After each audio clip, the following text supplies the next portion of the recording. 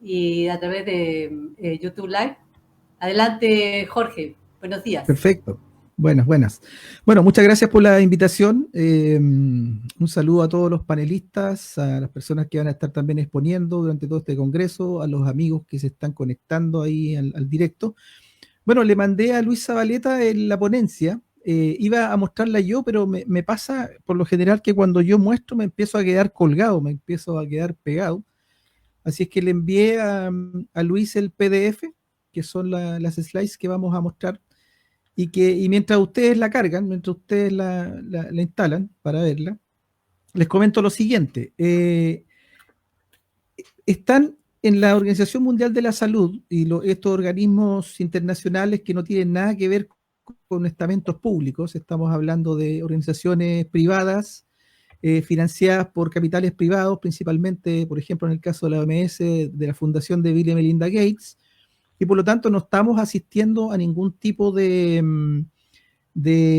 instancia democrática en donde los pueblos libremente, a través de científicos no pagados por la industria farmacéutica ni por estamentos privados, se muevan a promover, por ejemplo, instancias de salud, entre comillas, reales. Entonces, por lo tanto, lo que se ha estado haciendo con respecto a la OMS y este tratado de pandemias, que ha sido completamente entre cuatro paredes, en el oscurantismo total, ha sido llevado desde el punto de vista de la consecución de un negocio y de un sistema de reducción de población a todo evento que ellos han estado implementando desde hace bastante tiempo mediante ingeniería social. Por lo tanto, este próximo tratado, que ya lo tienen listo, simplemente estamos en los días que tienen que juntar las firmas para validarlo. Este tratado a ellos les va a permitir hacer lo que se denomina una ganancia, una vigilancia genómica, que no es otra cosa que la creación de laboratorios internacionales a través de todo el mundo que se van a dedicar a lo que se denomina la creación de genomas in silico, es decir, genomas virales que realmente no existen, sino que son virtuales y teóricos, patentarlos, crear toda la red de negocios inherente a la patente, que son test, que son las inyecciones, la propaganda, es decir, la psicosis colectiva, para continuar inyectando en las personas no una cura, sino todo lo contrario, porque esto es un sistema una estrategia de reducción de población. Entonces, por lo tanto, lo que vamos a ver ahora es la base de lo que valida este tratado de pandemias. Es decir, para que un tratado de pandemias existe, las pandemias deben ser reales. Para que un tratado de pandemias pueda ser válido, lo que ellos denominan virus patógenos tienen que existir. Entonces, lo que vamos a ver ahora es una ponencia abreviada, que la he hecho especialmente para el Congreso, en donde vamos a establecer, utilizando la virología oficial, la genómica oficial, y poder establecer que finalmente ellos, es decir, aquellos que nos dicen que hay pandemias, en realidad no tienen ninguna expertise, no tienen ninguna evidencia de carácter científico que pruebe lo que ellos están diciendo. Es decir, que efectivamente hay pandemias, como por ejemplo la que pasó en el 2020, y que mediante propaganda ellos ya están diciendo que vienen más y por lo tanto tenemos que estar preparados, y por algo el tratado de pandemia, por algo la modificación del reglamento sanitario internacional, y por ende entender finalmente cuando termine la ponencia que cualquier persona, porque esto lo voy a explicar muy en simple, que cualquier persona pueda entender de que esto es una estafa, una estafa colosal, con la que lograron encerrar prácticamente al mundo entero y engañarlo con un patógeno, en este caso SARS-CoV-2, un patógeno que jamás existió. No sé si tienen ya el Disculpa, documento. Jorge. Sí, nos dice Dígame. el equipo técnico que continúes, porque en unos 4 minutos ya estará listo para que puedas tener tu exposición así ya la pantalla. Ya, A bueno, ver si continuamos. ya, Sí, ok. solamente decirte que a los 45 minutos, son 50 minutos de exposición, a los 45 te doy la señal para que puedas leer las preguntas y tus conclusiones, estimado Jorge. Ya, vamos a tener que ir rápido porque estamos ya contra el tiempo y yo la presupuesté como a 1 hora, así que vamos a tener que ir bastante rápido apenas la tengamos visible. Bueno, quiero ahondar simplemente en la idea de que esto no es un tratado de pandemias, esto es simplemente una estrategia encubierta de reducción de población, en donde se le va a decir a la gente ya que no nos está atacando un solo patógeno viral, sino que van a ser muchos.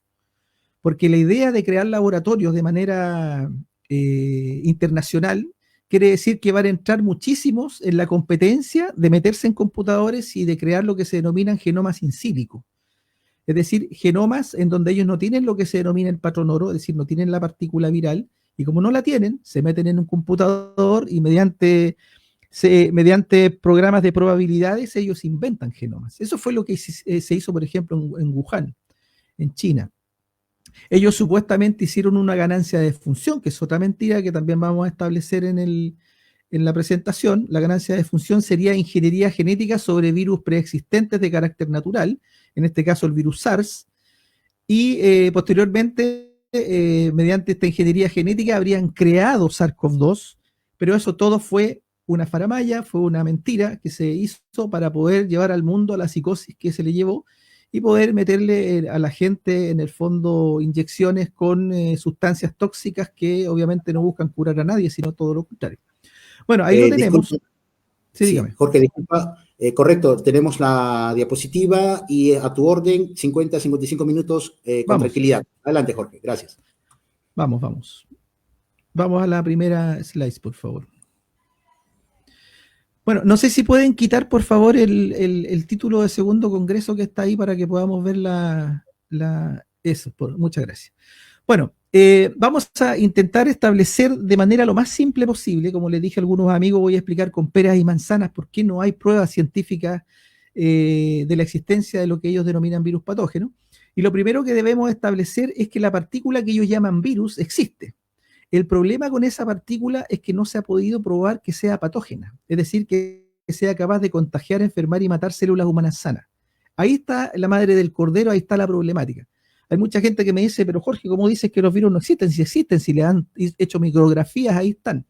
Sí, pero tener una fotografía electrónica, en este caso con microscopio electrónico, de una partícula no significa que sea patógena. Yo con la foto de un sospechoso no puedo ir a un juez y decirle, mire, con esta foto yo pruebo que este tipo es un criminal en serie.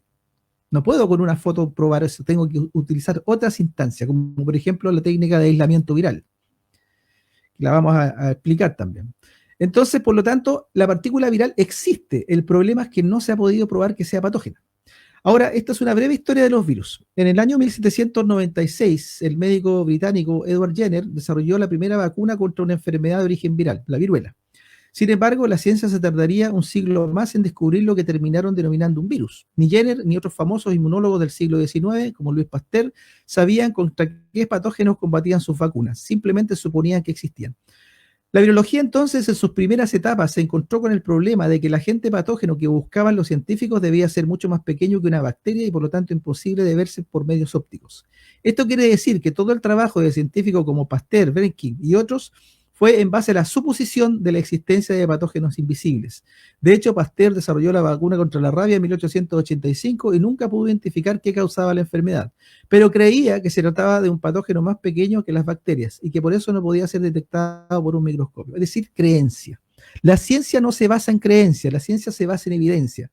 Ya estamos viendo en esta breve historia, pasemos a la siguiente, por favor, en esta breve historia, de que ellos supusieron que había un agente patógeno sin tenerlo, inclusive llegaron al punto de desarrollar una vacuna, por ejemplo, contra la rabia, sin tener idea realmente si había o no un patógeno. Simplemente lo supusieron y la ciencia no se trata de suponer. Ahí partimos mal. Entre 1931 y 1933, el físico alemán Ernst Ruska y el ingeniero de electricidad alemán Max Noll desarrollaron el primer microscopio electrónico de transmisión MET para la observación de materiales. La Academia Sueca en 1986 galardonó a Ruska con el premio Nobel por la invención de este microscopio. Este invento permitió por primera vez observar las partículas que hoy conocemos como virus, mediante un sistema de electrones que permite la visualización de estructuras medidas en nanómetros, es decir, la capacidad de observar objetos 1 millón de veces más pequeños que 1 milímetro. La visualización de estas pequeñas estructuras denominadas virus llevó a los científicos a suponer el descubrimiento de los patógenos que nunca se habían podido encontrar en tiempos pasados. Y por ende también se supuso que eran los causantes de las enfermedades como la viruela y otras. Esto fue capitalizado por los Rockefeller, que ya estaban en control de la industria farmacéutica. Estos nuevos pequeños seres, capaces de contagiar, enfermar y matar sin pruebas, les vinieron entonces como anillo al dedo para su brillante negocio de remedios químicos patentados y vacunas. Pasemos a la siguiente. Es decir, se inventa el microscopio electrónico e inmediatamente ellos ven estas partículas y dicen de inmediato, estos son los bichos que hablaba Pasteur y entre comillas, los virólogos de la antigüedad, y por lo tanto, estos son los culpables, sin pruebas, sin hacer absolutamente nada, simplemente lo supusieron y quedó sacramentado. Pasemos a la siguiente, por favor.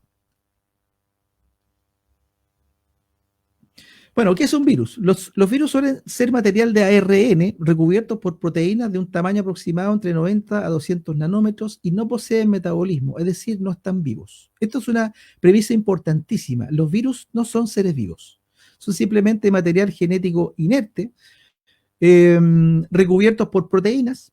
En este caso, por ejemplo, esas puntitas que se ven en el caso de SARS-CoV-2 sería la famosa proteína espiga.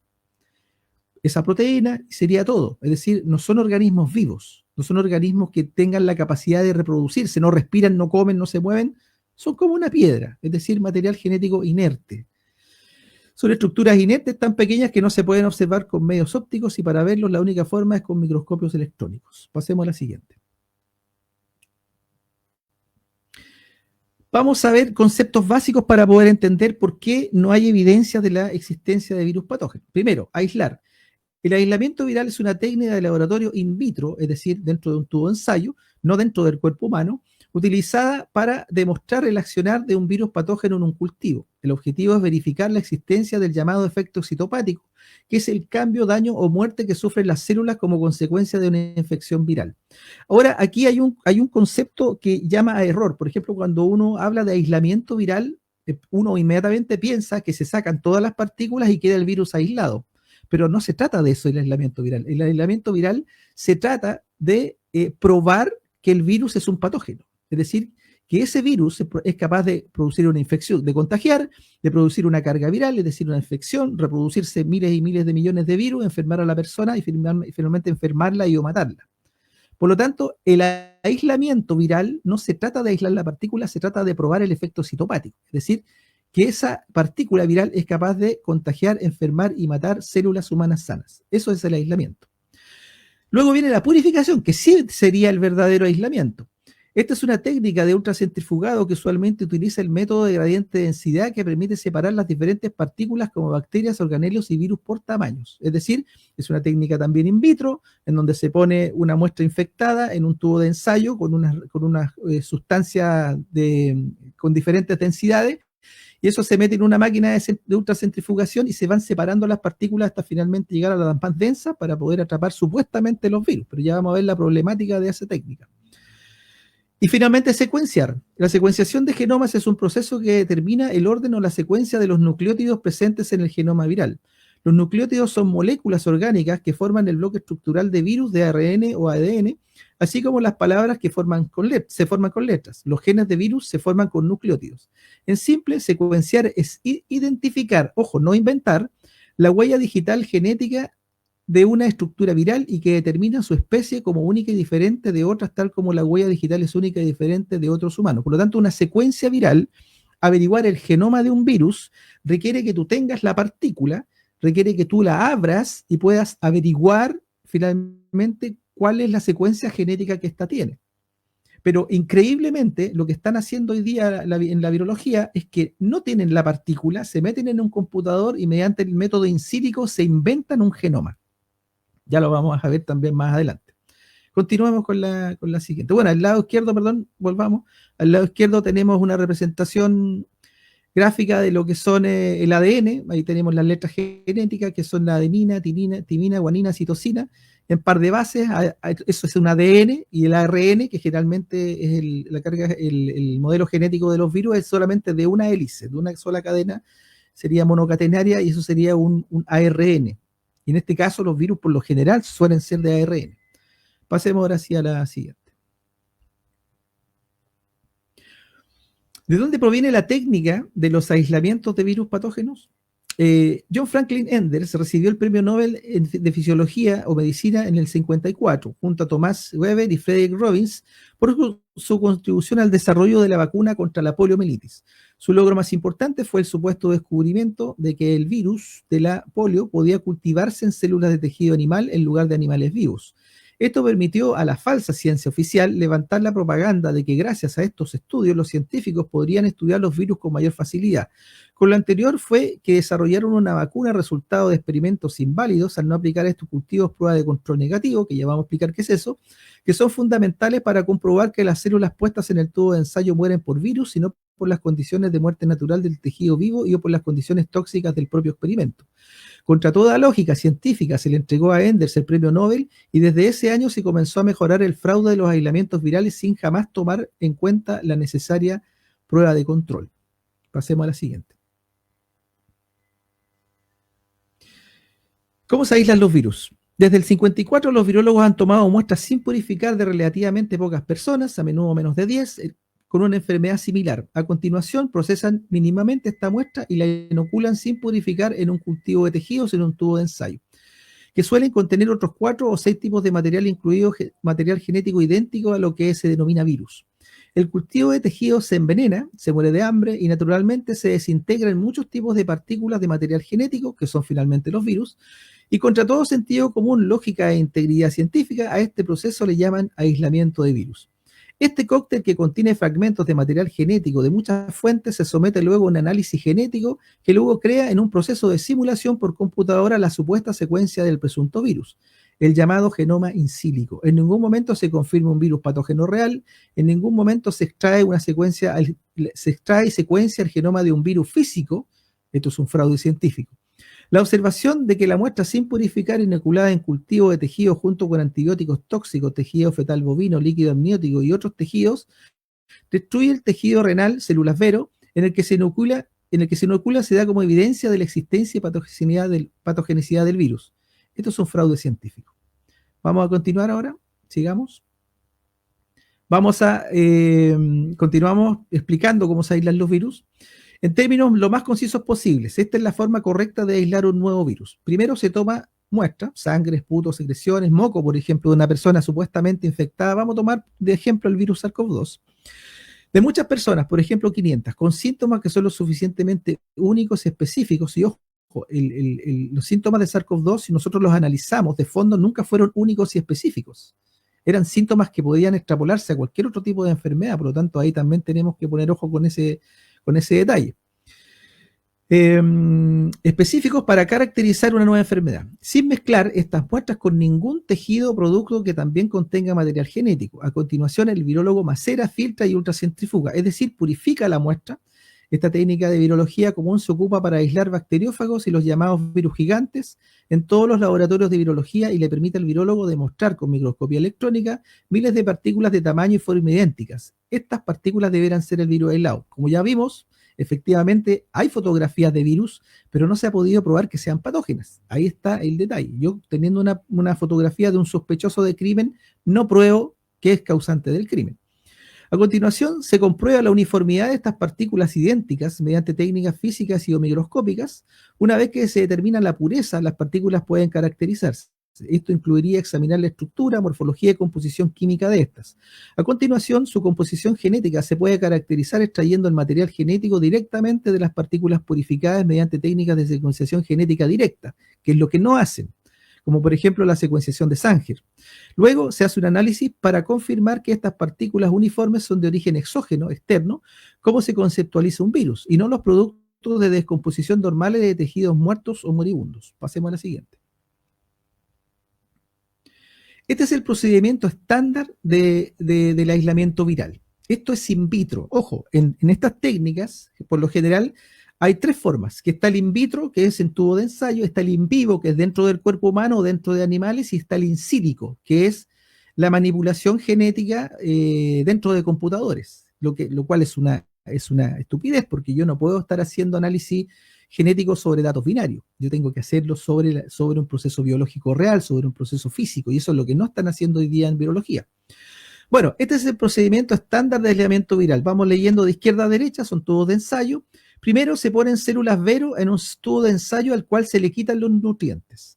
Aquí esto tiene que llamarnos la atención. Cuando ustedes revisen papers de aislamientos virales se van a dar cuenta de que la gran mayoría se hacen con células Vero. Y estas células son de riñón de mono verde africano. Es decir, en el caso de SARS-CoV-2, el aislamiento debería hacerse en tejido pulmonar, es decir, en células de pulmón humano. Pero aquí, increíblemente, se usan células de riñón de mono verde africano. Es decir, la lógica me tiene que decir que esto ya parte mal. Porque si yo estoy buscando virus específicos que están atacando ciertas especies, no puedo hacer un aislamiento viral, es decir, no puedo intentar probar el efecto citopático, la patogenicidad de un virus en células de otra especie. Por lo tanto, esto ya partió mal. Ponen un células Vero, entonces, en un tubo de ensayo al cual le quitan los nutrientes, luego se agregan potentes antibióticos para eliminar bacterias, es decir, para descartar que las bacterias matan las células, se meten potentes antibióticos que obviamente afectarán finalmente a las células, porque por algo se llaman antibióticos. Luego se adiciona material biológico supuestamente infectado al tubo. Por ejemplo, una persona que está supuestamente con SARS-CoV-2, está con moco, le sacan una muestra del moco y la colocan dentro del tubo. Por lo tanto, ahí estaría supuestamente el virus. Luego de 5 o 12 horas aproximadamente de que se deja decantándose ese tubo de ensayo, las células se mueren y la causa es atribuida a los virus patógenos. Es decir, se saca una muestra de ese aislamiento, se lleva al microscopio electrónico, se ve que ya no están las células, se murieron, y en su lugar hay miles y miles de millones de partículas virales. Los virólogos suponen, por lo tanto, de que ya que no están las células, han sido asesinadas por los virus. Pero la pregunta aquí es, ¿quién vio a los virus matando a las células? ¿Quién las vio? Nadie. Por lo tanto, es una suposición. El doctor Tom Cowan, que tiene un libro que yo recomiendo que se llama El mito del contagio, él, explicando esto mismo, decía lo siguiente: decir que los virus en el aislamiento viral mataron a las células es como llegar a la escena de un incendio y ver que está todo lleno de bomberos y decir, los bomberos hicieron el incendio. Es una suposición. Por lo tanto, para evitar la suposición y para poder probar que realmente los virus mataron a las células, se hace lo que se llama una prueba de control negativo. Pasemos a la siguiente. Que es exactamente igual a la prueba de aislamiento viral, es exactamente lo mismo. Se pasó a una, estimado. Ahí está. Es exactamente igual la prueba de control negativo, a excepción de un detalle, que no se adiciona el moco infectado o la muestra infectada. Vamos a verlo. Es igual que el aislamiento, por lo tanto se parte metiendo en el tubo de ensayo las células Vero, que vuelvo a insistir, ¿qué tienen que ver células de riñón de mono verde con un virus que ataca pulmón, el sistema, digamos, pulmonar de los seres humanos? Ahí partimos mal, pero bueno, se ponen células Vero en un tubo de ensayo al cual se le quitan los nutrientes, igual que el aislamiento. Luego se agregan potentes antibióticos para eliminar bacterias, igual que el aislamiento, y aquí viene lo diferente en la prueba de control negativo. No se adiciona ningún tipo de material biológico supuestamente infectado. Pasan 5 o 12 horas y las células se mueren igual. Y las células se mueren por falta de nutrientes y los venenos que han puesto. Esa es la razón real por la que estamos viendo en el microscopio electrónico que las células se han muerto y estamos viendo miles y miles de millones de partículas virales que son en el fondo los desechos celulares. Es decir, es la consecuencia de la muerte de la célula. Esa es la partícula viral. En ningún momento infectó la célula, en ningún momento se hizo el denominado efecto citopático, en ningún momento probamos la patogenicidad de un virus. Ahora, si ustedes revisan, por lo general, los papers científicos de aislamientos virales, se van a dar cuenta que usan células Vero o células de pollo, de hámster, etcétera, que ya parte mal. Y finalmente, revisando los métodos, las metodologías, se van a dar cuenta que no está jamás la prueba de control negativo. No la hacen. ¿Y por qué no la hacen? Porque quedarían en evidencia de que al no colocar el moco infectado en la prueba de control, las células se mueren exactamente igual. Por lo tanto, no hubo ningún virus actuando en la muerte celular. Pasemos a la siguiente. Cuando se realiza el aislamiento viral, la muerte celular es atribuida a los supuestos virus patógenos que van en la también supuesta muestra infectada, para descartar las suposiciones que se hace en la prueba de control, sin la muestra supuestamente infectada, y que termina exactamente igual con la muerte celular. La prueba de control determina entonces que las células mueren por las propias condiciones de falta de nutrientes y envenenamiento del propio experimento y no a causa de virus patógenos. Esta es la prueba de la no existencia de virus patógenos en los aislamientos virales. Pasemos a la siguiente. A partir de ahora, cuando llegue a sus manos un paper científico que sugiera que se ha aislado un virus como el VIH o el SARS-CoV-2 o el que sea, consulte la sección de métodos. Si los investigadores no hicieron la prueba de control y utilizaron células Vero o cualquier otro método de cultivo de células de perro, mono, hámster, pollo, etc., sabrá que su proceso no fue de aislamiento real en células humanas. Y al no existir las pruebas de control, todo el resultado de la muerte celular en el tubo de ensayo a manos de virus patógenos será una mera suposición, un acto de fe que nada tiene que ver con una verdad científica. Pasemos a la siguiente. ¿Cómo se purifican los virus? Al lado izquierdo tenemos una imagen de un tubo de ensayo con una solución de densidad variable en donde se coloca la muestra supuestamente infectada, eso gira a ultra velocidad, ultracentrifugado, y se van separando las diferentes partículas en la densidad. Bueno, ¿cómo es el proceso? Primero se crea una solución con densidad variable en el tubo, el gradiente, y las partes de abajo son más densas y las de arriba menos densas. Segundo, se coloca la muestra con los virus encima del gradiente, o supuestamente con los virus, obviamente, porque no lo sabemos. Tercero, se centrifuga a alta velocidad. Esto se hace en todas las partículas de la muestra. Esto hace que todas las partículas de la muestra se muevan a través del gradiente según su propia densidad.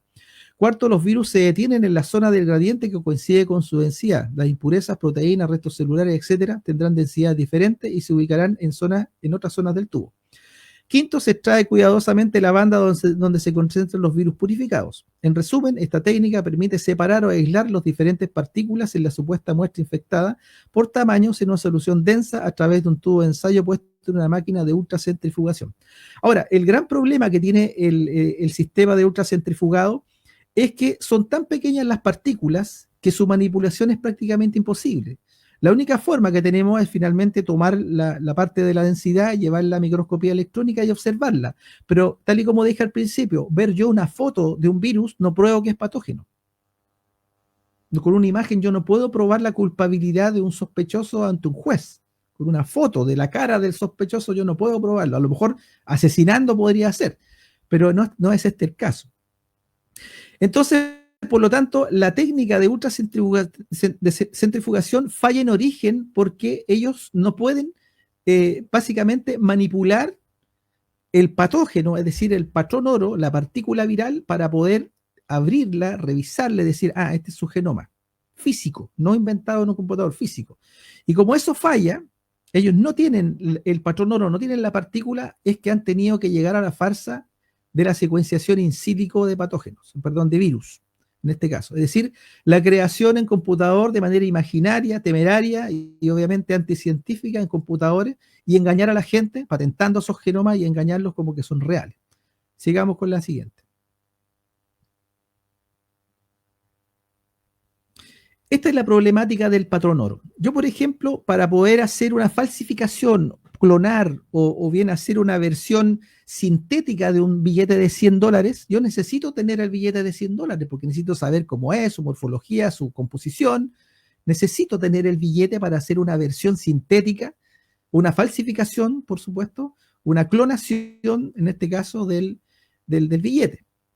Si yo no tengo el billete de $100, no puedo hacer una versión sintética del billete, es decir, una falsificación. No puedo clonarlo, no puedo hacer una versión falsa, pero muy parecida, del billete. Lo mismo, si yo no tengo un unicornio, yo no puedo hacer una versión sintética del unicornio. Si yo no tengo el unicornio en físico, no puedo clonar el unicornio.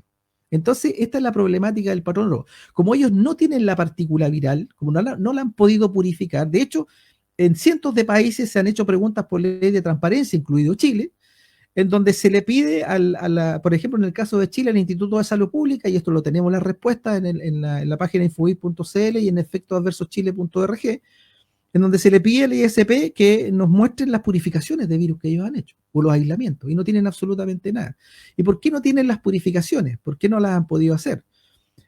¿Por qué no han tenido finalmente el patrón oro? Porque ellos no tienen la capacidad técnica, ni nadie tiene la capacidad técnica para manipular un virus, abrirlo y averiguar su genoma. Estamos hablando de que son partículas entre 90 a 200 nanómetros, es decir, son invisibles de partida, son imposibles de ver por medios ópticos.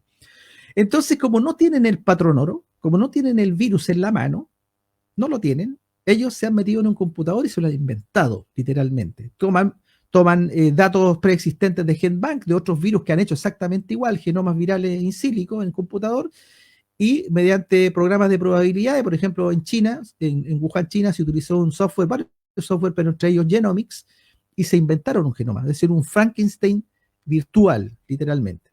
Entonces, esta es la problemática del patrón oro. Si yo no tengo el unicornio, no puedo clonar el unicornio. Pasemos a la siguiente.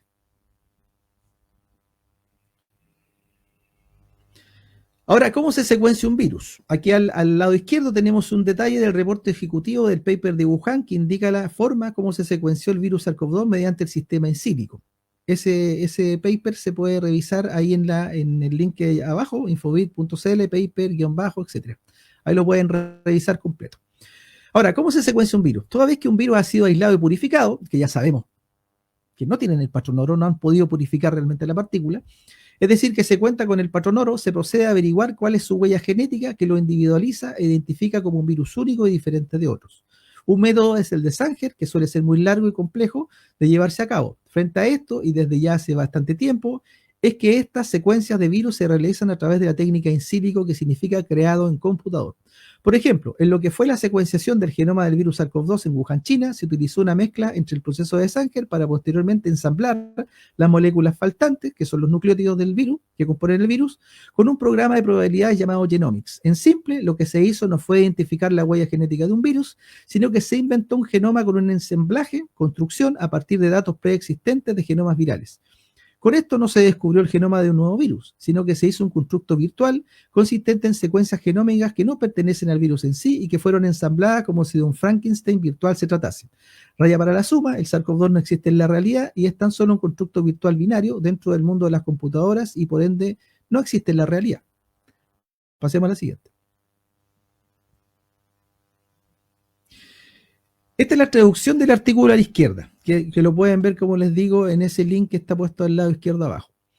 El ARN extraído del líquido de lavado broncoalveolar y los sobrenadantes del cultivo se utilizó como molde para clonar y secuenciar el genoma. Usamos una combinación de secuencias de Illumina y secuenciación de nanoporos para caracterizar el genoma del virus. Illumina es un software, es un programa.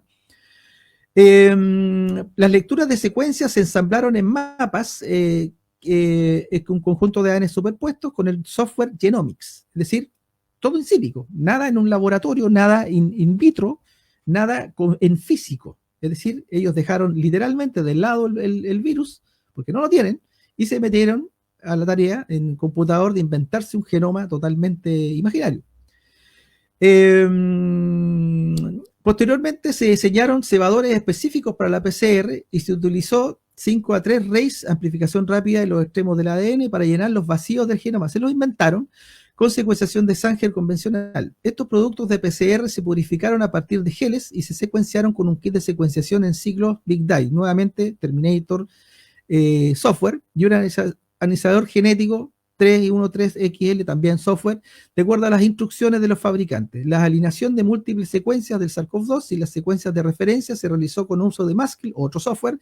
El análisis filogenético de los genomas completos se realizó con RAXML, nuevamente otro software, con 1000 réplicas de Bootstrap, otro software, y un modelo general reversible en el tiempo utilizado como modelo de sustitución de nucleótidos. Nada en un laboratorio físico, biológico, todo dentro de un computador. Ahora, fíjense ustedes en un detalle interesante. Ellos utilizan para creación de genes, en este caso de ADN, utilizan la PCR, pero la PCR solamente es capaz de clonar material genético ya conocido. Es decir, yo coloco en la PCR un primer o cebador, digo, de esta secuencia, otro primer, yo quiero clonar, meto, por ejemplo, en la PCR 1000 ciclos, obtengo 30 ciclos, obtengo 1000 millones de esa secuencia genética, pero es porque yo la conozco, porque con los primers he dicho, esta secuencia yo quiero clonar. Y en el caso de estar buscando un virus nuevo, como el caso de SARS-CoV-2, yo no puedo usar la PCR en ninguna instancia, porque yo no conozco el genoma de SARS-CoV-2. Y si no lo conozco, no puedo llevarlo a la PCR para clonar una secuencia específica del virus. Entonces, todo esto es una estafa. Continuamos. Bueno, ese es un video que ustedes, no sé si pueden sacar ahí el saludito que me está haciendo la Carolina, que le mando un abrazo ahí a Coquimbo, Chile. Bueno, abajito de la foto de Fauci, ese famoso doctor Fauci que viene estafando, digamos, al mundo entero desde la época del VIH, que también es otra mentira. Todos los virus patógenos son una mentira, son una farsa. ¿Por qué? Porque fallan exactamente en esto. Estamos usando como ejemplo el SARS-CoV-2, pero esto es válido, el elemento, purificación, secuencia, es válido para cualquier cosa que ellos denominen virus patógeno. Abajo está el video en donde el doctor Fauci, se me había ocurrido mostrarlo, pero cada vez que lo muestro, se clausuran, cierran el programa. Ya me ha pasado varias veces. Y no lo hacen por una censura digamos, expresa de portar contra el sistema, sino que lo hacen porque dicen que ese material, ese video es de una empresa y lo censuran por copyright, por derechos de autor. Pero bueno, ahí está el link para que ustedes lo puedan escribir en el navegador y puedan revisar ese video, que es la confesión, en el fondo, del doctor Anthony Fauci, donde explica cómo se obtienen genomas virales en minutos en un computador, sin tomar en cuenta el patógeno. ¿Qué es lo que dice Fauci? Dice: hemos dejado de lado un patógeno, nos hemos metido en un computador y hemos obtenido la secuencia genómica que la tuvieron los chinos en Wuhan del SARS-CoV-2. Y ellos rápidamente codificaron la proteína espiga del gen virtual y teórico, imaginario, y la metieron dentro de vacunas de RNM, que es otra estafa, en este caso de Pfizer y Moderna. Entonces, por lo tanto, esto de hacer un genoma informático es tan absurdo como que un forense diga que ya no es necesario hacer la autopsia a una persona para averiguar de qué murió, debido a que ahora con una autopsia simulada en el computador se obtiene un detallado informe acerca de las causas de la muerte. Y todo sin tomar en cuenta el cadáver de la persona, de la misma. Es decir, eso es lo que están haciendo. No toman en cuenta el patrón oro, el patógeno, porque no lo tienen, se meten en un computador y literalmente se inventan un genoma. Eso lo confesó Fauci. Ahora, buscando el video original, lo encontré, pero está censurado. Es decir, ellos mismos quitaron el video. ¿Por qué? Porque esta confesión de Fauci es fundamental para entender la estafa de la secuencia genómica. Continuamos. Siguiente. Bueno, el fraude de la ganancia de función de virus. Supuestamente la ganancia de función es una instancia en donde se toma un virus y se le hace lo que se llama ingeniería genética. Por ejemplo, en el caso de SARS-CoV-2, supuestamente los chinos en Wuhan tomaron el original SARS, le hicieron ganancia de función, ingeniería genética y crearon SARS-CoV-2. Eso es lo que, por ejemplo, se postuló recientemente, que ya lo vamos a revisar, o lo vamos a mencionar, en el Congreso de Estados Unidos, para poder decir, ojo, en China probablemente lo que se hizo fue un virus quimera, es decir, un virus obtenido en un laboratorio y por lo tanto es un arma biológica. Pero eso es una mentira, porque si ellos nunca tuvieron el patrón oro del SARS, no pudieran hacerle la famosa ganancia de función, porque ellos no tienen los virus en la mano, no tienen el patrón oro de ningún virus patógeno. Entonces, por lo tanto, es un fraude lo que denominan la ganancia de función. Al lado derecho se explica cómo funciona supuestamente el ARNM en las vacunas de Moderna y Pfizer principalmente, que es una versión sintética de la proteína Spike, y que aquí viene el detalle. ¿Se acuerdan cuando hablábamos del unicornio? ¿Puedo hacer yo una versión sintética del unicornio si no tengo el unicornio? No puedo, no puedo. Y aquí es igual. Si ellos no tienen aislado, purificado y secuenciado correctamente el virus SARS-CoV-2, si no tienen la secuencia genética real, ellos no pueden hacer una versión sintética de la espícula del virus, en la puntita, que es la proteína espiga. No pueden hacerla, porque no existe, no tienen el patrón oro. Entonces, por lo tanto, cuando ellos dicen, oficialmente estamos hablando de Moderna y Pfizer, cuando ellos dicen que estas inyecciones son de ARN mensajero, con una proteína codificada Spike sintética, es completamente falso, porque no tienen el patrón oro. Yo no puedo clonar, insisto, el unicornio si no tengo el unicornio. Por lo tanto, eso para entenderlo. Ahora, ¿cómo funcionaría eventualmente esta técnica?